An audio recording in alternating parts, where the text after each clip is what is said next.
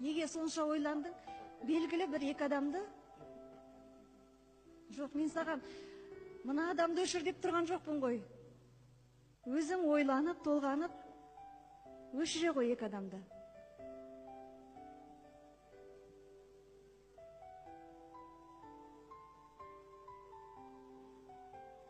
Қане батылырақ. Жылама, мен саған белгілі бір адамдарды өшіріп таста деген жоқпын ғой. Ауыр сөз айтпадым. Өзіңнің қалауың бойынша екі адамды өшіре ғой.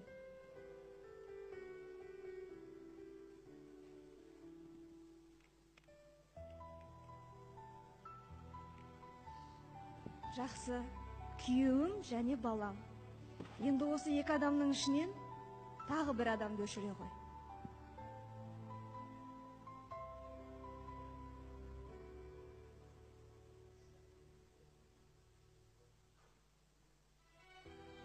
Қане, жылама бол енді.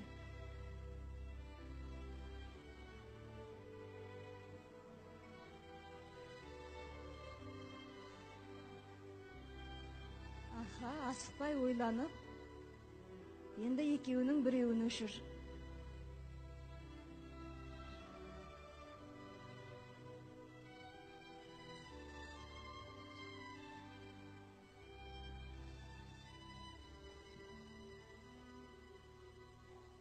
Жақсы, осы 10 адамның ішінен қалған күйеуіңді ғана қалдырыптың.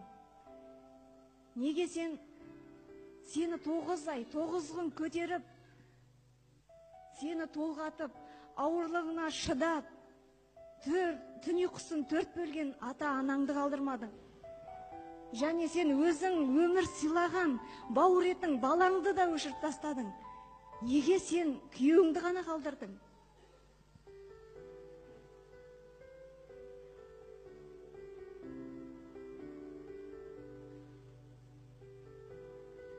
Әрине, осы тақтаға жазылған әрбір адам мен үшін өте қымбат. Оларды өшіру әрине маған да оңайға соққан жоқ. Әкем мен анам ол Алланың тағдыры. Алла тағала маған ата-анамды таңдады. Күндердің бір күнінде ол кісілерде күндері жетіп, ана өмірге қайтады. Ал перзенттерім есейіп, ер жетіп, үйленеді. Сосын аяқтарынан тік тұрған соң, әр түрлі себептермен менен алыстап кетеді. Сол кезде жанымда қалатын ең жақын адамым ол менің күйеуім. Өмірімнің ең соңына дейін менімен бірге өмір сүретін ол менің күйеуім. Күйеуім менің жәннатым. Пайғамбарымыз саллаллаху алейхи уассалам хадисінде күйеуін разы етпеген әйел жаннаттың иісін сезбейді деген. Сондықтан мен күйеуімді таңдадым.